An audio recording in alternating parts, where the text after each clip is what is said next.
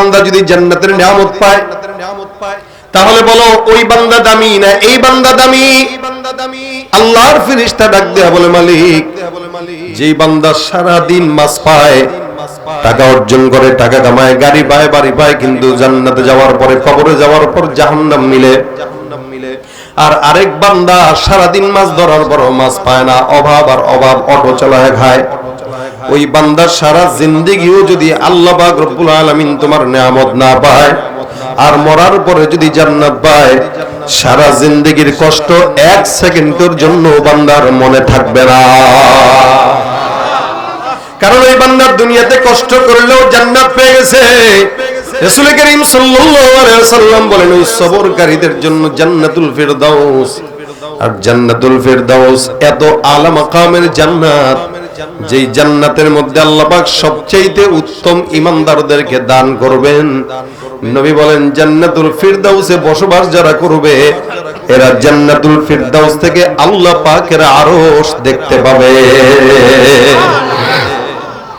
জান্নাতের ভিতরে তাকায় তাকায় দেখবে ওই যে মাওলার আরশ দেখা যায়। শুধু তাই না, জান্নাতুল ফিরদাউসে বসে বসে রাসূলকেও 24 ঘন্টা দেখবেন, সাহাবীদেরকে দেখবেন, তাবেঈদেরকে দেখবেন, শহীদদেরকে দেখবেন, আল্লাহওয়ালাদেরকে দেখবেন। অর্থাৎ সব ভিআইপি এলাকা হলো জান্নাতুল ফিরদাউস। দুনিয়ার ভিআইপি এলাকা গুলশান, বনানী, 300 ফিট এখন হইতেছে। আপনার আমার খুব আফসোস লাগে মাঝে মাঝে, হয়তো না, আরে গুলশানে যদি একটা জায়গা নিতে পারতাম। ভাই, যত দামি এরিয়া তত নাফরমানি এরিয়া। এটা বুঝেননি আপনারা? যত দামি এলাকা তত নাফরমান বেশি, গুনাহ বেশি। এলাকা যত নরমাল, গুনাহ তত নরমাল। এলাকা যত আপডেট, গুনাহ তত। এজন্য এই জয়দেবপুরের এলাকায় আছেন, খুব ভালো আছেন। যেখানে যেই থাকেন, এলাকা যত নরমাল, গুনাহ তত কি নরমাল। এলাকা যত আপডেট, গুনাহ তত আপডেট। কবরস্থান যদি সরকারি হয় তাহলে বুঝতে হবে ওই সরকারি কবরস্থানে সরকারি লোকই থাকে। আর সরকারি লোক যত বেশি যাবে ওই কবরস্থানে আপনার কবর পড়লে জাহান্নামের আগুন আপনারও ধরবে। যেমন আমাদের বাংলাদেশে একটা কবর আছে, বুদ্ধিজীবী, শহীদ বুদ্ধিজীবী কবরস্থান। ওখানে যায় দেখবেন সমস্ত গাঁজাখোরদের আড্ডাখানা, প্রেম প্রীতির আড্ডাখানা। এজন্য নরমাল জায়গায় থাকা ভালো।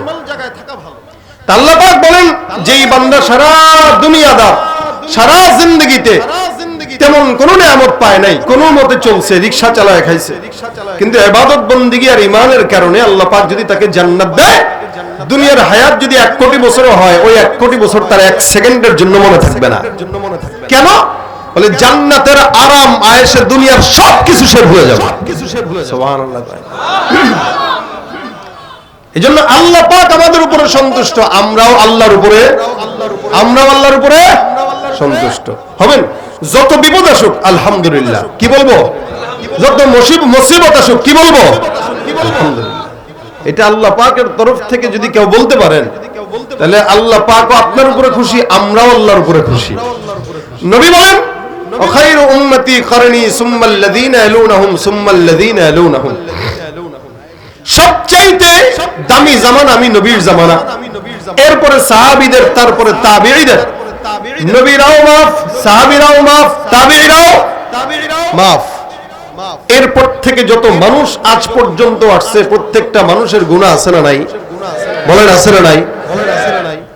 কেউ বলতে পারবে না, যত বড় বুজুর্গ হোক, পীর হোক, যত বড় হুজুর হোক, কেউ বলতে পারবে না যে আমার জীবনে কোনো গুনাহ নাই।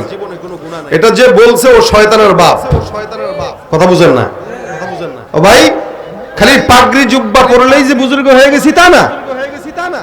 আল্লাহ পাকের কবরে যাওয়ার পরে, জান্নাত পাওয়ার পরে বলতে পারবো যে আমি সফল। এর আগে বলতে পারবো না।